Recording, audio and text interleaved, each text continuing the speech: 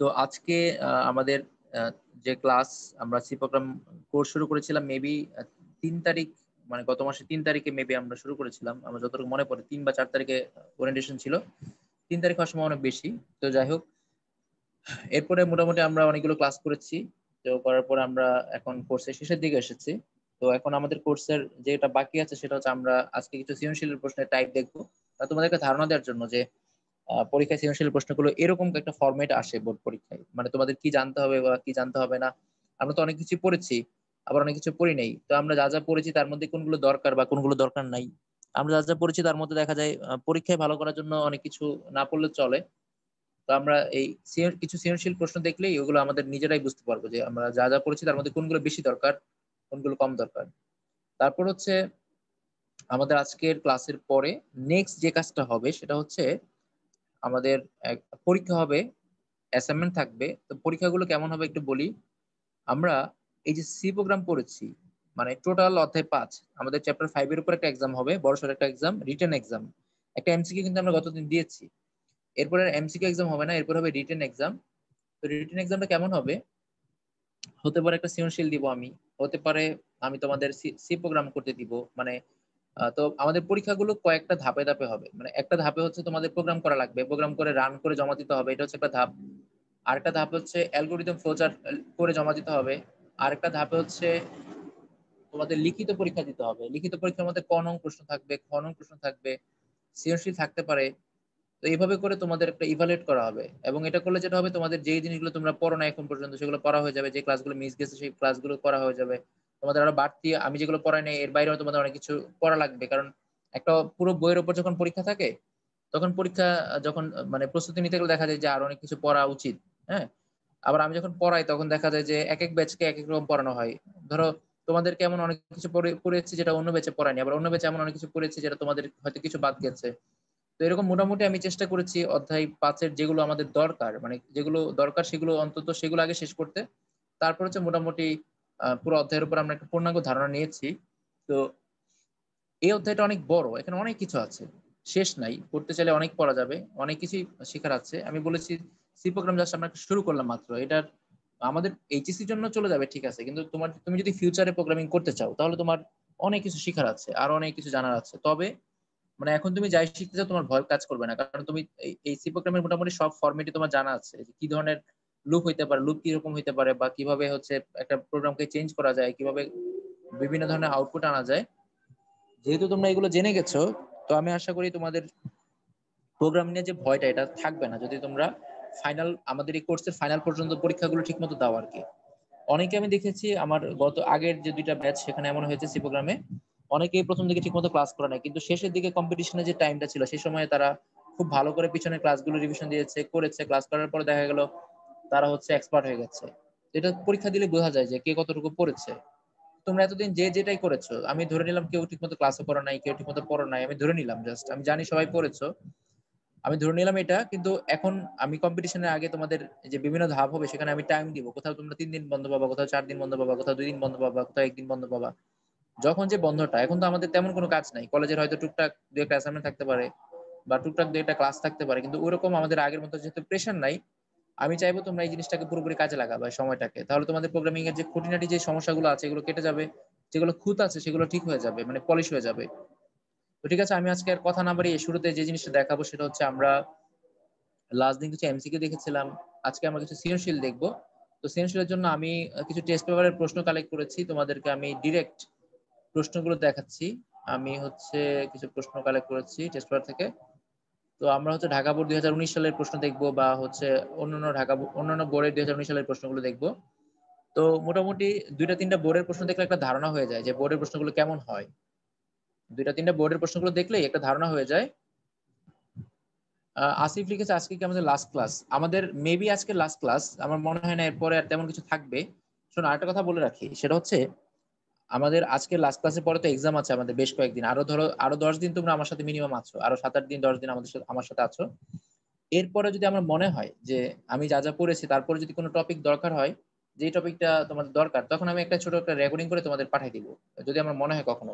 যেমন আমি ওই যে ফার্স্ট ব্যাচে আমি গতদিন কিছু ভিডিও পাঠিয়েছি, তোমাদের ক্লাসের কিছু ভিডিও পাঠিয়েছি, একদিনের লেকচার পাঠিয়েছি, বলেছি এই জিনিসটা আমি তোমাদের পড়াই নাই, তুমি একটু পড়ে নিও। তো সবাই বলছে আচ্ছা ঠিক আছে স্যার, এটা আমরা নোট করে নিবো খাতার মধ্যে। তো তোমাদের যদি এরকম দরকার হয় কখনো, যদি আমার মনে হয় এই জিনিসটা তোমাদের দরকার, তোমাদেরকে অবশ্যই আমি হচ্ছে যখন যেটা লাগবে আহ সেটা হচ্ছে আমি তোমাদের দিব। আরেকজন বলেছে স্যার মেন বই পড়লে টপিক গুলো বুঝতে অসুবিধা হয়। হ্যাঁ, এটা হওয়ারই কথা, কারণ হচ্ছে মেন বই এই জিনিসগুলো এমন ভাবে প্রেজেন্ট করছে, মানে একটা জিনিসকে ঘুরায় পেঁচায় অনেক কিছু লিখছে। মূল কথা হচ্ছে তুমি ধরো তুমি লুপ কি এটা জানলা, হ্যাঁ লুপ কি জিনিসটা তুমি জানতে গেলা, তো লুপ কি জানতে গেলে তোমাকে ধরো ফর লুপের কথা যদি আমরা ধরি, আচ্ছা আমি তোমাদের শেয়ার করে কথাটা বলি, আমি স্ক্রিনটা শেয়ার করে তারপর বলি, তাহলে তোমাদের বুঝতে সুবিধা হবে কথাগুলো। আচ্ছা আমরা এখানে একটা ছবি দেখতে পাচ্ছি মনে হয়, ছবিটা যদি দেখতে পাই এটাকে আমি একটু জুম করি। এটা হচ্ছে একটা প্রিভিয়াস প্রশ্ন। আচ্ছা, তো এটা হচ্ছে একটা প্রিভিয়াস প্রশ্ন, ঢাকা বোর্ড 2019 সাল, দেখি এটাকে জুম করা যায় কিনা। তো ঢাকা বোর্ড 2019 সালের প্রশ্ন, সেখানে জুম হচ্ছে। আচ্ছা, তো এটা হচ্ছে ঢাকা বোর্ড 2019 সালের প্রশ্ন। তো এই প্রশ্নটার উদ্দীপকটা হচ্ছে এখানে, এটা হচ্ছে উদ্দীপক, মানে একটা সি প্রোগ্রাম দেওয়া আছে উদ্দীপক। তো যেটা অন্তর আমাকে প্রশ্ন করেছে, তো বিষয়টা হচ্ছে যে আমরা বই পড়ে অনেক সময় বুঝি না কেন, যখন আমরা যে টপিক গুলো পড়ি, ধরো আমি যখন যে টপিকটা পড়েছি তখন তুমি যদি ওই টপিকের সাথে ওই বইটা রিডিং করো তাহলে হচ্ছে তোমার জন্য বেস্ট হবে। আর যেহেতু আমাদের রেকর্ডিং আছে সব ক্লাসেরই, তুমি যখন রেকর্ডিং যখন যে ভিডিওটা দেখবা, মানে সবাই তো ভিডিওগুলো আবার দেখবা দুইবার তিনবার করে, কম্পিটিশনের আগে যখন আমাদের আরো পরীক্ষা যখন হবে, সামনে পরীক্ষাগুলোর আগে যখন তোমরা এই ভিডিওগুলো দেখবা, তো ভিডিওগুলো দেখার সময় তখন তুমি বইটা খুলে ওই বইয়ের ওই টপিকটাতে তুমি যাবা। ধরো তুমি লুপ করতেছো, লুপ করার সময় তুমি তোমার বইয়ের হচ্ছে লুপের অংশটাতে যাবা, গিয়ে তুমি যে প্রোগ্রামগুলো করেছো তুমি সবকিছু প্রোগ্রামের সাথে মিলাবা, যে এই প্রোগ্রামটা যখন তোমাকে বলবে যে একটা স্টেটমেন্ট এভাবে লিখতে হয়, সেমিকোলন দিতে হয়, হ্যাঁ, তো ওই জিনিসগুলো যখন বলে ব্যাকরণটা বোঝা হচ্ছে কঠিন, কিন্তু যখন তুমি জিনিসটা পারো তখন কিন্তু জিনিসটা সহজ। যখন তুমি জানো লুপ কিভাবে করতে হয়, লুপ কিভাবে করতে হয় জানলে কিন্তু তখন কিন্তু তোমার কাছে এই জিনিসটা কঠিন মনে হবে না। কিন্তু তুমি যদি লুপ কি এটা না জানো, তাহলে কিন্তু তোমার কিভাবে লুপের প্রোগ্রাম করতে হয় এটা না জানলে কিন্তু তখন তোমার জন্য এটা কঠিন হয়ে যাবে। সেই জন্য যখন যে ভিডিওটা দেখবা তোমরা হচ্ছে তখন অবশ্যই ওই ওই ওই টপিক গুলো একটু দেখে নিবা বইয়ে, তাহলে তোমাদের জন্য সুবিধা হবে। আর হচ্ছে সাথে অবশ্যই এমসিকিউ ভালো করে পড়বা, কারণ এই অধ্যায়ের এমসিকিউ গুলো একটু ভিন্ন। এই এমসিকিউ গুলো পড়তে গেলে কি লাগবে, এই এমসিকিউ গুলো পড়তে গেলে তোমার যেটা লাগবে সেটা হচ্ছে তোমার হচ্ছে এই প্রোগ্রাম সম্পর্কে একটা পূর্ণাঙ্গ ধারণা লাগবে, না হলে তুমি এমসিকিউ পারবে না। আর এমসিকিউ গুলো পড়লে তোমাদের এই প্রোগ্রামের ধারণাগুলো ক্লিয়ার হবে। তারপর যেখানে যার যেখানে সমস্যা আটকাবে, আজকে হোক আর 2 মাস পরে হোক আর 6 মাস পরে হোক আর 6 বছর পরে হোক, যখনই যেখানে সমস্যা হবে আটকাবে, আমি আমি সবসময় আছি ইনশাল্লাহ। আমাকে নক দিবা, স্যার আমি হচ্ছে এখানে বুঝতে পারছি না, আমার এখানে ডাউট হচ্ছে, আমাকে নক দিলে হবে, কোনো সমস্যা নাই। যখন দেখবো যে কিছু জিনিস তোমাদের সবারই সমস্যা, তখন আমি তোমাদের বলবো আচ্ছা ঠিক আছে, তাহলে আমরা একটা জুমে একটা মিটিং ফিক্স করি, সবাই একসাথে বসে গল্প সল্প করি আর আমাদের সমস্যাগুলো নিয়ে আলোচনা করি। এমনও হইতে পারে, কোনো সমস্যা নাই। আমার স্টুডেন্ট তোমার হচ্ছে যাদের আমি 5 বছর আগে পড়েছি, 10 বছর আগে পড়েছি, সবার সাথে আমার যোগাযোগ আছে। তোমাদের যখন যেটাতে সমস্যা হবে তখন অবশ্যই আমাকে নক করবা যে কোনো বিষয়ে। তো যেটা বলছি আর কি, আমরা আরো কথাবার্তা বলবো, আপাতত আমরা একটা সৃজনশীল আগে দেখি, ঠিক আছে? তো তোমাদের কোনো প্রশ্ন থাকলে তোমরা লিখে রাখতে পারো, আমি সময় পেলে এগুলো রিপ্লাই দিব। তো আপাতত আমরা যেটা করছি সেটা হচ্ছে ঢাকা বোর্ড 2019 সালে একটা প্রশ্ন আমরা দেখতে পাচ্ছি, সবাই আশা করি লিখে দেখতে পারছো। তো এখানে দুইটা হেডার ফাইল দিয়েছে, মানে বলেছে নিচের উদ্দীপকটি লক্ষ্য করো এবং প্রশ্নগুলো উত্তর দাও, তার মানে প্রশ্নগুলো উত্তর দিতে গেলে উদ্দীপকটা লাগবে। তো এখানে ফার্স্টে বলা হয়েছে দুইটা হেডার ফাইল দেওয়া হচ্ছে, একটা হচ্ছে ইনক্লুড std.h, ইনক্লুড conio.h। তো আমরা জানি std.h মানে স্ট্যান্ডার্ড ইনপুট আউটপুট, কখন এই হেডার ফাইলটা কখন আমরা ইউজ করি, যখন এই প্রোগ্রামের ভিতরে স্ট্যান্ডার্ড ইনপুট আউটপুট ফাংশন গুলো থাকবে, যেমন স্ক্যানএফ, প্রিন্টএফ, এগুলো যখন থাকে তখন আমরা কি দেই, তখন আমরা দেই হচ্ছে std.h। এরপরে দেওয়া আছে ইনক্লুড conio.h, এখানে এখানে বানান ভুল হয়েছে, টেস্ট অনেক বানান ভুল হয়, তোমরা এগুলো খেয়াল করবা। এরপর হচ্ছে দিয়েছে conio.h, conio.h না দিলেও চলে, তো যেহেতু দিয়েছে কোনো সমস্যা নাই, আমরা দিব। এখানে যেহেতু দেওয়া আছে আমরা দিব। তো এখন এখানে এই প্রোগ্রামটা থেকে বুঝতে হবে এটা কিসের প্রোগ্রাম, এই প্রোগ্রামটা থেকে বুঝতে হবে এটা কিসের প্রোগ্রাম, এটা কিন্তু ইম্পর্টেন্ট বিষয়। তো এখানে প্রথমে তিনটা ভেরিয়েবল বলেছে, এ, এস আর হচ্ছে এন, তিনটা ভেরিয়েবল আছে, এস ইকুয়াল 0 আছে, তার মানে এখানে যোগফল হওয়ার সম্ভাবনা আছে। এস ইকুয়াল 0 থাকলে আমরা বুঝি যোগফল, এস ইকুয়াল 1 থাকলে আমরা বুঝি গুণফল। এখন বলেছে printf value of n, scanf percent d comma and n, তার মানে এমন এক কতগুলো সংখ্যার যোগফল, লাস্ট সংখ্যা হচ্ছে এন, লাস্ট সংখ্যা হচ্ছে এন, ফরের মধ্যে লেখা আছে এ সমান 1, তার মানে 1 থেকে শুরু করে এন পর্যন্ত কতগুলো সংখ্যার যোগফল। এখন এটা ধারাটা কেমন আমি জানি না, এখন ধারাটা আমরা সামনে আগালে বুঝবো। তার মানে এর মান শুরু হবে 1 থেকে, চলবে হচ্ছে এন পর্যন্ত, বাড়বে হচ্ছে এক এক করে, মানে প্লাস প্লাস করে বাড়বে, তার মানে স্বাভাবিক সংখ্যার যোগফল। এটা আমরা বুঝতে পারলাম যে যোগফলটা হবে কি, স্বাভাবিক সংখ্যার যোগফল। বলেছে ফর যদি এমন হয়, ফরের মধ্যে বলেছে যদি কন্ডিশনটা এমন হয় তাহলে কি করবা, এস ইকুয়াল এস প্লাস এ ইন্টু এ, তার মানে এস ইকুয়াল এস প্লাস এ স্কোয়ার। দেখো এখানে কিন্তু আমরা করেছিলাম আই দিয়ে, যে আই সমান sorry S equal S plus I square, S equal S plus I square এভাবে আমরা করেছিলাম, কিন্তু এখানে আই এর পরিবর্তে এ দিয়েছে, তো সমস্যার কিছু নাই, এ দিতেই পারে, একটা ভেরিয়েবল জাস্ট। এখানে তার মানে বুঝতে পারছি আমরা এখানে 1 square, 2 square, 3 square, 4 square, 5 square এভাবে করে হচ্ছে n স্কোয়ার পর্যন্ত সংখ্যাগুলো যোগফল বের করতে বলেছে। সহজ কথা বললে 1 থেকে শুরু করে n পর্যন্ত, 1 থেকে শুরু করে n পর্যন্ত স্বাভাবিক সংখ্যাগুলোর বর্গের সমষ্টি বের করতে বলেছে, স্বাভাবিক সংখ্যাগুলোর বর্গের সমষ্টি বের করতে বলেছে। আর লাস্টে প্রিন্ট করেছে হচ্ছে সাম, মানে এসটাকে প্রিন্ট করেছে, তার মানে এসটা হচ্ছে যোগফল, এটাকে প্রিন্ট করেছে। আচ্ছা, এই যে উদ্দীপকটা দেখে এখানে আমরা কে আছি যে আমরা বুঝতে পারি না এখানে এই প্রোগ্রামটা কি, আমি যে এটা ধরতে পেরেছি এই প্রোগ্রামটা এখানে ধরতে পারো না কে, যে এটা হচ্ছে 1 স্কোয়ার প্লাস 2 স্কোয়ার প্লাস 3 স্কোয়ারের প্রোগ্রাম? ধরতে না পারলে বলো, যদি কারোর বুঝতে সমস্যা হয়ে থাকে তাহলে আমি এটা আবার বলবো। যদি আমরা ধরতে পারি যে এটা হচ্ছে এইটারই প্রোগ্রাম, হ্যাঁ রুবায়েত কিছু বলতে চাইলে বলো। যদি আমরা স্যার ধরতে পারি যে, integer A S is equal to 0 কেন স্যার? আচ্ছা ওই যে আমরা মেইনে জানি যোগফলের সময় কি করতে হয়, শুরুতে এস এর মান 0 ধরতে হয়, মানে যখন আমরা কোনো সংখ্যার যোগ করি নাই, তো শুরুতে যোগ যদি আমরা না করি তাহলে কি থাকে, যোগফল হচ্ছে শুরুতে 0 থাকে, ঠিক আছে। যদি আমি এখানে এস এর মান না ধরি তাহলে এখানে যোগফল করার সময় মানটা কোনটা বসাবো, যে কোনো একটা মান তো বসাইতে হবে, এস এর মান তো এখানে নাই, যেমন এখানে এ এর মান আছে কিন্তু এস এর মান তো নাই।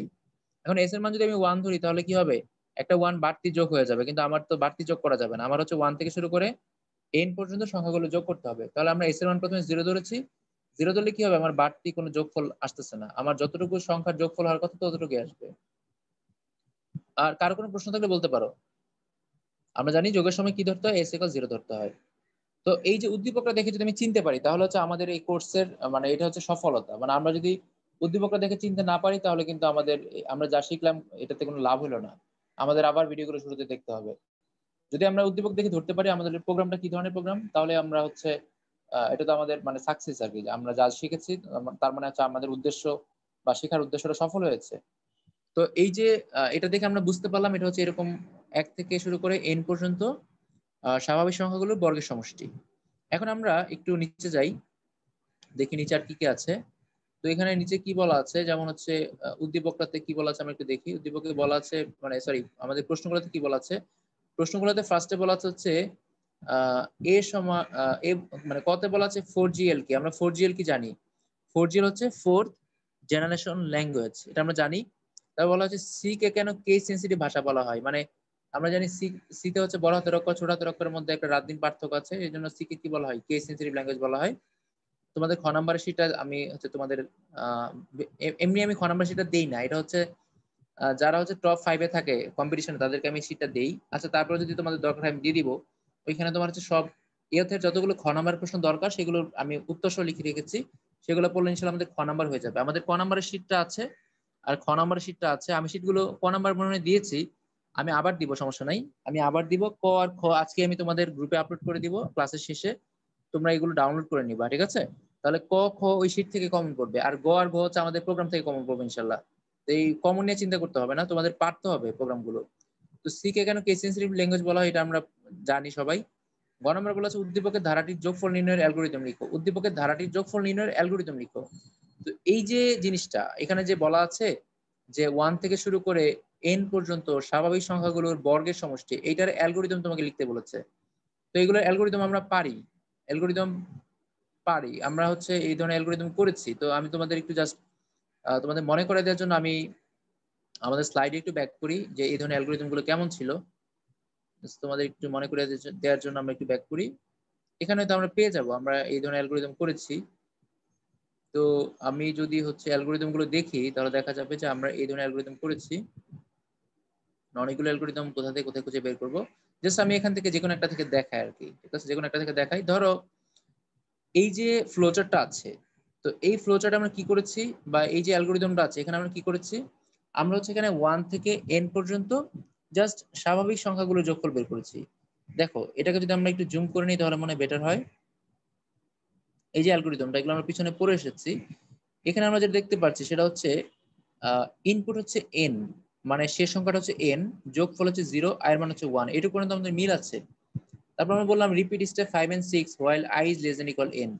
ওখানে দেয়া আছে a, i এর পরিবর্তে দেয়া আছে a, তাহলে আমরা এখানে যেখানে i লিখেছি সেখানে কি লিখবো, a লিখবো।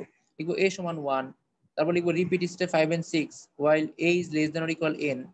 আর এখানে যেখানে লিখেছি s equal s plus i, সেখানে কি লিখবো, s equal s plus a into a মানে a square, s equal s plus a into a মানে a স্কয়ার। তারপর i সমান i plus 1, কারণ সংখ্যাগুলো হচ্ছে স্বাভাবিক সংখ্যা, 1 2 3 4 এভাবে করে বাড়ছে। আর হচ্ছে যোগফলটা বের করেছে কিভাবে, s equal s plus a square. তাহলে চেঞ্জ হবে শুধু এখানে কোথায়, যেখানে i আছে সেখানে আমরা দিব a, আর যেখানে s equal s plus i ছিল সেখানে আমরা লিখবো s equal s plus i into i মানে a into a। তো এই যে অ্যালগরিদমটা আমরা করেছি, এটা কি মানে এখানে কেউ আছি যে এটা অপরিচিত, মানে এই ধরনের অ্যালগরিদম আমরা করি নাই? তোমার সামনে থাকলে তোমাদের দিয়ে আমি অ্যালগরিদমটা লিখাতাম, এখন যেহেতু সামনে নাই এটা আমি করতে পারছি না। ক্লাসে হলে তোমাদের বলতাম যে এই যে উদ্দীপক দিলাম আমি, তোমরা এটা অ্যালগরিদমের ফ্লোচার্ট আমাকে এখনই লিখে দাও, তখন তোমাদের হচ্ছে লিখতে হইতো আর কি, এখন তোমরা বেঁচে গেলা। তো এই যে অ্যালগরিদমটা আমরা করলাম, এটার মধ্যে কারো যদি প্রশ্ন থাকে একটু বলতে পারো, যদি কারো বুঝতে সমস্যা হয় প্রশ্ন করতে হবে। কারণ তোমার সমস্যা যদি তুমি মানে না বলো বা সলভ না করো, তাহলে সমস্যা সারা জীবন সমস্যাই থেকে যাবে। এই জন্য সমস্যাগুলো যখন সুযোগ আছে বলে ফেলতে হবে। তাহলে আমরা স্যার এখানে অ্যালগরিদমটা বাংলায় লিখলে ফরম্যাটটা কেমন হবে? আচ্ছা, বাংলা লিখলে হচ্ছে এখানে লিখবো আমরা ধাপ 1 মানে ধাপ 1 লিখবো, ধাপ 1, ঠিক আছে। লেখার পর এখানে লিখবো শুরু করি, স্টার্টে কি লিখবো, শুরু করি বা আরম্ভ করি, ঠিক আছে, শুরু করি বা আরম্ভ করি। তারপর লিখবো ধাপ 2, ধাপ 2 থেকে আমি লিখবো হচ্ছে ইনপুট, লিখবো বাংলায় ইনপুট এন, এন তো তুমি বাংলা লিখতে পারবে না, ইনপুটটাকে লিখবা বাংলায়, লিখবা ইনপুট এন, ইনপুট লিখবা এন। তারপর লিখবা হচ্ছে ধাপ 3 গিয়ে লিখবা হচ্ছে s equal 0 i equal 1, এগুলো তোমার ইংলিশে লিখতে হবে, বাংলা লিখতে পারবে না। তারপরে ধাপ 4 গিয়ে লিখবা হচ্ছে আহ এই যে লিখবা ধাপ 5 এবং 6 কে রিপিট করি, ধাপ 5 এবং 6 কে রিপিট করি, রিপিটের বাংলা সাধারণত রিপিটই বলে, বা হচ্ছে ধাপ 5 এবং 6 এর পুনরাবৃত্তি করি, রিপিটের বাংলা হচ্ছে পুনরাবৃত্তি। রিপিট লিখলে সমস্যা নাই, তবে পুনরাবৃত্তি লেখা বেটার। লিখবো হচ্ছে ধাপ 5 এবং 6 কে পুনরাবৃত্তি করি যতক্ষণ না পর্যন্ত i less than equal n হয়, যতক্ষণ না পর্যন্ত মানে এই কন্ডিশনটা লিখবা। তারপর পরে লিখবা ধাপ 5, ধাপ 5 কে লিখবা s equal s plus i, বাকি সব তো প্রিন্টের এখানে লিখবো হচ্ছে ছাপি বা ছাপো বা প্রদর্শন করো এস, বা এস কে প্রদর্শন করো, আর এখানে গিয়ে লিখবো আমরা হচ্ছে শেষ, ঠিক আছে।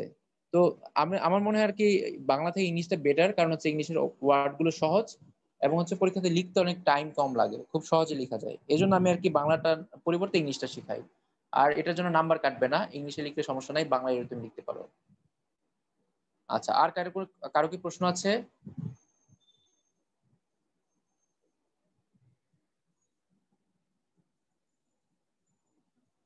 আচ্ছা, তো আমরা আমাদের উদ্দীপকে ব্যাক করি, আমরা যেখানে ছিলাম সেখানে ব্যাক করি, দেখে আমাদের উদ্দীপকের ঘ নাম্বারের প্রশ্নে কি বলা আছে।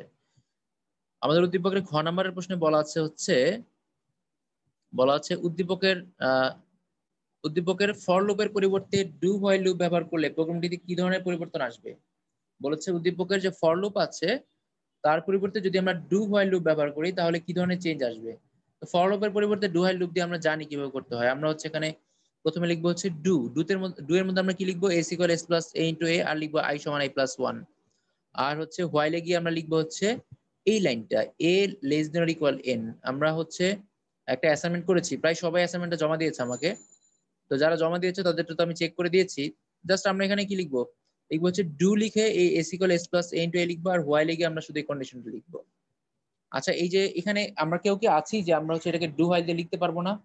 না পারলে সমস্যা না, আমি বুঝাই দিব, জাস্ট কেউ আছে কিনা, আমরা কি এমন কেউ আছি যে এখানে এই প্রোগ্রামটাকে আমরা ডু হোয়াইল দিয়ে লিখতে পারবো না?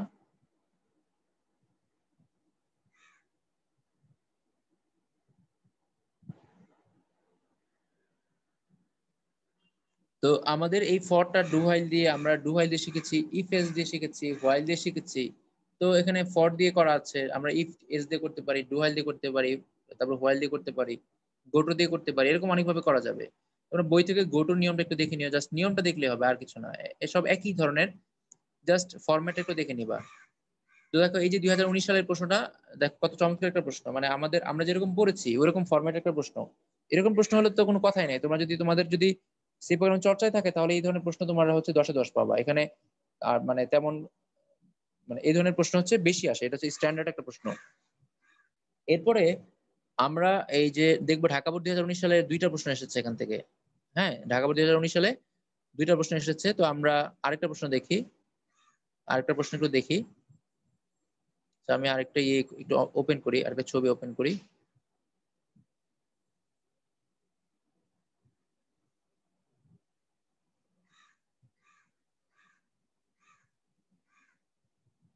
স্যার একটা কোশ্চেন ছিল। হ্যাঁ বলো। স্যার আমরা স্ক্যানএফ এটা আসলে এটা দিয়ে কাজটা কি স্ক্যানএফ এর? ইনপুট নেওয়ার জন্য আমরা যখন হচ্ছে কিবোর্ড থেকে কোনো মান নিতে চাইবো, কিবোর্ড থেকে কোনো মান নিতে চাইলে তখন হচ্ছে আমার স্ক্যানএফটা লাগবে। স্ক্যানএফ ছাড়া কিবোর্ড থেকে কোনো মান নেওয়া যাবে না। যখন আমরা প্রোগ্রামটা রান করাই, প্রোগ্রাম রান করানোর পর আমরা আমাদের এখানে ইনপুট নেওয়ার জন্য মান দেখায় যে ইনপুট নাও, এর মানে ইনপুট নাও। স্ক্যানএফ না দিলে তুমি ওই ইনপুটটা নিতে পারবে না। ঠিক আছে? হ্যাঁ। তুমি স্ক্যানএফ না দিয়ে প্রোগ্রামটা রান করে দেখবা, স্ক্যানএফ না দিয়ে প্রোগ্রামটা রান করে দেখবা, দেখবা যে প্রোগ্রামে একটা ফলাফল দেখাবে, তুমি নিজে থেকে কোনো কিছু কন্ট্রোল করতে পারবে না। তুমি যে মানটা ইনপুট নিবা সেই মানটা ইনপুট নেওয়ার সুযোগ থাকবে না। তো দেখো এখানে যশোর বোর্ড 2019 সাল আমরা দেখতে পাচ্ছি। যশোর বোর্ড 2019 সালের একটা প্রশ্ন আমি তোমাদের দ্বারা শেয়ার করছি। আমরা এখন দেখছি যশোর বোর্ড 2019 সাল। তো এই প্রশ্নটাও স্ট্যান্ডার্ড একটা প্রশ্ন। আমরা উদ্দীপকটা ভালো করে খেয়াল করে দেখি কি কি চেয়েছে বা কি বলেছে। এখানে একটা উদ্দীপক দেওয়া আছে সি প্রোগ্রামের, বলেছে ইনক্লুড std.h, মানে হেডার ফাইল দেওয়া আছে। আর ফাংশনটা দেওয়া আছে ভয়েড মেইন ফাংশন। কোনো সমস্যা না, আমি বলেছিলাম main function, void main, int main, যে কোনো একটা দিলেই হয়। তার মানে এটা নিয়ে আমাদের মাথা ব্যথা না। তারপর হচ্ছে প্রোগ্রামটা আমরা ভালো করে খেয়াল করি। এখানে বলেছে ইন্টিজার আই, আর বলেছে ফর আই সমান 20, আই এর মান চলবে 50 পর্যন্ত, বাড়বে হচ্ছে 5 করে। প্রিন্ট করতে বলেছে আই কে। এখন আমি এখান থেকে একজনকে জিজ্ঞেস করব, আমাকে একটু বুঝাই দিতে হবে এখানে আমাদের প্রোগ্রামটাতে কি আসলে চেয়েছে। আমি আসিফের কাছে যাব। আসিফ, তুমি একটু বলবো আমাকে আমাদের এখানে প্রোগ্রামটা আসলে বেসিক্যালি কিসের প্রোগ্রাম এটা?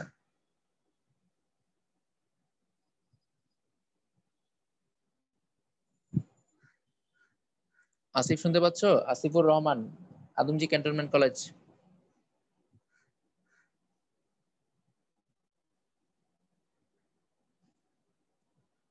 আচ্ছা আসিফ, আসিফের মানে সমস্যা, আমরা অন্য কারো কাছে যাই, আসিফের কাছে পরে আসবো আবার। এরপর হচ্ছে আমরা যাবো কার কাছে? আহ রাকিবুলের কাছে যাব। রাকিবুল, ভোলা গভর্নমেন্ট কলেজ।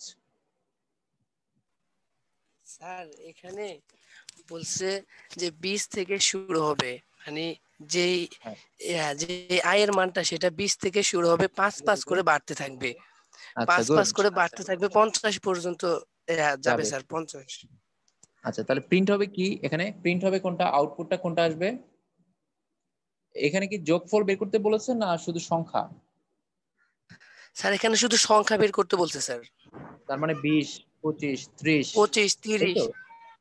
আচ্ছা ঠিক আছে, থ্যাংক ইউ। আচ্ছা ওর সাথে কেউ কি এখানে দ্বিমত আছো? কারো কি এখানে মানে ডাউট আছে, মানে ওর কথার উপর কোনো ডাউট আছে, বা কারো কি অন্য কোনো মতামত আছে ও যেটা বলেছে? আচ্ছা কারো অন্য কোনো মতামত নাই, তার মানে ওটা ঠিক আছে। মানে 20 থেকে শুরু হবে, 20, 25, 30, 35, 40, 45, 50, 50-এ গিয়ে এটা থেমে যাবে। জাস্ট এখানে প্রিন্ট হবে শুধু আই গুলো। এখানে দেখো শুধু আই প্রিন্ট হবে। এখন আমরা এখানে দেখি কি বলেছে। বলেছে শুরু কোড কি? আমরা জানি ছোট শব্দের অর্থ হচ্ছে ছোট্ট, অর্থাৎ যেটা আসল না। এটা হচ্ছে অ্যালগরিদম ফ্লোচার্টের আরেকটা ভার্সন, যেটার সাহায্যে আমরা সাংকেতিক কোডের সাহায্যে বা বিভিন্ন ওয়ার্ডের সাহায্যে আমরা হচ্ছে কি করি, প্রোগ্রামকে খসড়া ভাবে করে থাকি। পরেরটা বলা আছে ভেরিয়েবল প্লাস প্লাস আর প্লাস প্লাস ভেরিয়েবল। তোমাদের খ নাম্বারের যে শীটটা থাকবে সেখানে এই প্রশ্নটা পাবা যে প্লাস প্লাস আই আর আই প্লাস প্লাস এর পার্থক্য কি। আমি মনে বলেছিলাম একদিন করেছিলাম প্লাস প্লাস আই আর আই প্লাস প্লাস এর পার্থক্য। তো না পড়ে থাকলে সমস্যা নাই, আজকে যদি আমি আমার জানার মতো আমি পড়েছি, যদি না পড়ে থাকি সমস্যা নাই, আজকে আমরা এমনিতে খ নাম্বারের শীটে যাব, তখন এটা নিয়ে কথা বলবো।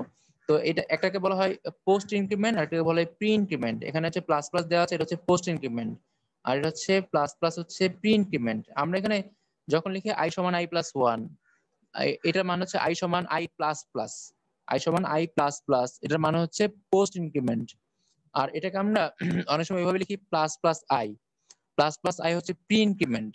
দুটোর মধ্যে পার্থক্য হচ্ছে যখন আমরা আই সমান আই প্লাস ওয়ান লিখি তখন আয়ের একটা মান ধরলে পরবর্তীতে কি হয়, ওই আয়ের মানটা প্রথমে আই থাকে, পরবর্তীতে সেটা হচ্ছে আয়ের সাথে ওয়ান যোগ হয়ে আয়ের মান 2 হয়ে যায়। আর প্লাস প্লাস আই কি হয়, প্লাস প্লাস আই হচ্ছে প্রথমে হচ্ছে যে মানটা আমি দিব সেটাই হচ্ছে প্রথমে চেঞ্জ হয়ে যাবে। আমি যদি 3 দিই সেটা হচ্ছে তার সাথে 1 যোগ হয়ে 4 হয়ে যাবে। আমি এটা নিয়ে আবার কথা বলবো সামনে। আপাতত আমাদের এখানে যে গ নাম্বারটা আছে এটা নিয়ে আমরা কথা বলি। বলেছে উদ্দীপকের প্রোগ্রামটিতে যে লুপ ব্যবহৃত হয়েছে তার গঠন দেখাও। এটা কি ফর লুপ। এখন দেখো ফর লুপের মধ্যে কি কি থাকে। ফর লুপের মধ্যে থাকে হচ্ছে 3টা অংশ। আমরা বলেছিলাম ফর লুপের মধ্যে থাকে হচ্ছে 3টা অংশ। এখানে একটু অংশ দেখা যাচ্ছে। আচ্ছা, ভালোই হলো, আমার আঁকা লাগলো না, আমি নাহলে লিখতে হতো আমাকে। তো এই দেখো ফর লুপের 3টা অংশ আমরা বলেছি। একটা হচ্ছে যে মানটা শুরু হয়, যেটাকে আমরা বলি ইনিশিয়াল মান, এটাকে বলা হয় ইনিশিয়ালাইজেশন, যে মানটা শুরু হয়। আরেকটা থাকে হচ্ছে মানটা কত পর্যন্ত যাবে, মানে কন্ডিশন। আরেকটা হচ্ছে মানটা কত করে বাড়বে, এটাকে বলে আমরা ইনক্রিমেন্ট, মানে কত করে বাড়বে বা বৃদ্ধি পাবে। তো এই যে ফরের যে তোমার স্ট্রাকচারটা, এটাই ফরের মধ্যে আমরা কি দেই। ফরের মধ্যে দেখো এখানে এই যে এটাকে বলা হয় ফরের সিনট্যাক্স। আমি বলেছি যে আমরা যা কিছুই লিখি না কেন, যে কোনো স্টেটমেন্ট লিখি না কেন, প্রত্যেকটা একটা সিনট্যাক্স থাকবে। সিনট্যাক্স মানে হচ্ছে এটাকে কিভাবে প্রেজেন্ট করা হয়। দেখো ফরের মধ্যে আমরা কি লিখি, ফার্স্টে এক্সপ্রেশন 1, একটা প্রথমে এক্সপ্রেশন দেই, আই সমান আমি যাই কিছু একটা লিখলাম, এটা একটা এক্সপ্রেশন। তারপর লিখা হচ্ছে এক্সপ্রেশন, আরেকটা এক্সপ্রেশন দেই, দুইটা এক্সপ্রেশন, সেমিকোলন দিয়ে দুইটা এক্সপ্রেশন দেই, লিখলাম এক্সপ্রেশন 2। এই যে তোমরা কিন্তু শিখে ফেলা ফরম্যাটটা, মানে এই ধরনের প্রশ্নগুলো খ নাম্বার আসলে কিভাবে লিখতে হবে। তারপর হচ্ছে এরপর আমরা দিই হচ্ছে ইনক্রিমেন্ট বা ডিক্রিমেন্ট, মানে কত করে বাড়বে বা কত করে কমবে। তো ফরের মধ্যে আমরা দিই হচ্ছে ফার্স্ট ব্র্যাকেট, ফার্স্ট ব্র্যাকেট দিয়ে লাস্টে ফার্স্ট ব্র্যাকেটটা ক্লোজ করি, করার পরে আমরা কি করি, 3টা এক্সপ্রেশন দেই। একটা হচ্ছে এক্সপ্রেশন 1, সেটা হচ্ছে আয়ের মান কত থেকে শুরু হবে। আরেকটা হচ্ছে এক্সপ্রেশন 2, যেটা হচ্ছে বেসিক্যালি কন্ডিশন। আর আরেকটা হচ্ছে এক্সপ্রেশন যেখানে থাকবে হচ্ছে ইনক্রিমেন্ট বা ডিক্রিমেন্ট। আর এরপর আমরা কি করি, সেকেন্ড ব্র্যাকেট দিয়ে ভিতরে একটা স্টেটমেন্ট লিখি, মানে একটা লাইন লিখি। আমি বলেছিলাম যে কোনো একটা লাইন যদি সেমিকোলন দিয়ে শেষ হয় সেটাকে বলে আমরা স্টেটমেন্ট। তাহলে আমরা এই ফরের ভিতরে সেকেন্ড ব্র্যাকেটের ভিতরে তখন কি লিখি, একটা স্টেটমেন্ট লিখি। তো এটা হচ্ছে ফরের সিনট্যাক্স, মানে এটা হচ্ছে ফরের ফরের যে লুপটা, ফর লুপটা লেখার নিয়ম হচ্ছে ফরের ভিতরে ফার্স্ট ব্র্যাকেট থাকবে, সেখানে হচ্ছে একটা এক্সপ্রেশন দিয়ে শুরু হবে, আবারও একটা এক্সপ্রেশন দিতে হবে, তারপর আবার একটা এক্সপ্রেশন থাকবে, 3টা এক্সপ্রেশন। তারপর সেকেন্ড ব্র্যাকেটের ভিতরে আমরা স্টেটমেন্টটা দিব। তো এক্সপ্রেশন গুলো কিরকম হবে, একটা হচ্ছে ইনিশিয়ালাইজেশন, একটা হচ্ছে কন্ডিশন, একটা হচ্ছে ইনক্রিমেন্ট। তোমরা ভিডিওটা দেখার সময় এটা নোট করে নিবা, ঠিক আছে। তাহলে দেখো এটা খ নাম্বারে নরমালি আসে, কিন্তু এটা এখানে চলে এসেছে গ নাম্বারের প্রশ্নে। তো এরপর এখানে যে পরের প্রশ্নটা আছে, এরপর যে ঘ নাম্বার প্রশ্নটা আছে, তো ঘ নাম্বার প্রশ্নে বলা হচ্ছে উদ্দীপকের প্রোগ্রামটির আউটপুট দেখো এবং ব্যাখ্যা করো। তো এটার আউটপুট কি, এটা হচ্ছে আমাদের একটু আগে রাকিবুল বলে দিয়েছে যে আউটপুটটা কি হবে। আউটপুটটা কি হবে, আউটপুট হবে 20 থেকে শুরু হবে 20, 25, 30, 35। তখন তুমি ব্যাখ্যা করবে যে এখানে আয়ের মান শুরু হয়েছে 20 থেকে, তার মানে শুরুর সংখ্যাটা হচ্ছে 20। তারপর হচ্ছে এখানে আয়ের মান 5 করে বেড়েছে, মানে এগুলো তুমি ব্যাখ্যা দিয়ে সুন্দর করে লিখবা। প্রথমে লিখবা আউটপুট, লিখবো হচ্ছে 20, 25, 30, 35, 40, 45, 50। এটা হচ্ছে তোমার আউটপুট। এটা লিখলেই তোমার 4 থেকে 2 পেয়ে গেলা। তারপর হচ্ছে তুমি যে ব্যাখ্যা করবা, ব্যাখ্যা করলে আরো 2 পাবা। ব্যাখ্যাতে তুমি লিখবা যে এখানে আয়ের মান শুরু হচ্ছে 20 থেকে, তারপর আয়ের মান ইনক্রিমেন্ট হয়েছে 5 করে, যেখানে আই সমান আই প্লাস 5, এই হচ্ছে ইনক্রিমেন্ট দিয়ে এখানে 5 করে বাড়ানো হয়েছে। তারপর হচ্ছে এখানে কন্ডিশন হচ্ছে আয়ের মান 50 অর ইকুয়াল 50, অর্থাৎ আয়ের মান যখন 50 থেকে বড় হয়ে যাবে, অর্থাৎ আয়ের মান যখন 50 থেকে বড় হবে তখন প্রোগ্রামটা বন্ধ হয়ে যাবে, অর্থাৎ লুপটা বন্ধ হয়ে যাবে। যতক্ষণ পর্যন্ত আয়ের মান 50 ছোট বা সমান থাকবে ততক্ষণ পর্যন্ত লুপটা চলমান থাকবে। এইভাবে করে তুমি যদি হচ্ছে কথাটাকে লিখে দাও, তাহলে হচ্ছে তুমি বাকি যে 2 নাম্বার সেটাও পেয়ে যাবা। তো এই যে আমরা 2টা প্রোগ্রাম দেখলাম, এই 2টা প্রোগ্রামই স্ট্যান্ডার্ড 2টা মানে প্রশ্ন, 2টা স্ট্যান্ডার্ড 2টা প্রশ্ন, মানে এই টাইপের প্রশ্ন বেশি আসে পরীক্ষাতে। এরপরে আমরা আরো একটা 2টা প্রশ্ন দেখবো। তো আমরা আপাতত একটা স্যার। বিরতি নিব, কারণ হচ্ছে আমাদের 40 মিনিট হয়ে গেছে। যদি কারো কোনো প্রশ্ন থাকে প্রশ্ন করতে পারো। হ্যাঁ স্যার। স্যার এখানে আউটপুট দেখাও, হ্যাঁ তাহলে নাবিসা, আউটপুট কি দেখাবো? আমাদের তো উদ্দীপকে দেওয়াই ছিল একটা, তাই না? উদ্দীপকে দেওয়া ছিল হচ্ছে ইনপুট, মানে প্রোগ্রাম দেওয়া ছিল, কিন্তু এর রেজাল্ট কি হবে, মানে এটাকে যখন তুমি প্রিন্ট, মানে ফলাফল যখন এটাকে চালাবা, মানে যখন প্রোগ্রামটাকে রান করবা, তখন তো আর এটা থাকবে না, থাকবে তখন আসবে কি জাস্ট ওই যে ও রাকিবুল যেগুলো বললো সংখ্যাগুলো 20, 25, তখন কি শুধু একটা লাইনে আসবে 20, 25, 30, 35, তাই না। আমরা এই প্রোগ্রামটাকে এখন রান করব, ঠিক আছে। আমরা দ্বিতীয় সেশনে এসে প্রোগ্রামটাকে রান করব, তাহলে আমরা সবাই আরো ক্লিয়ার হয়ে যাব, ঠিক আছে।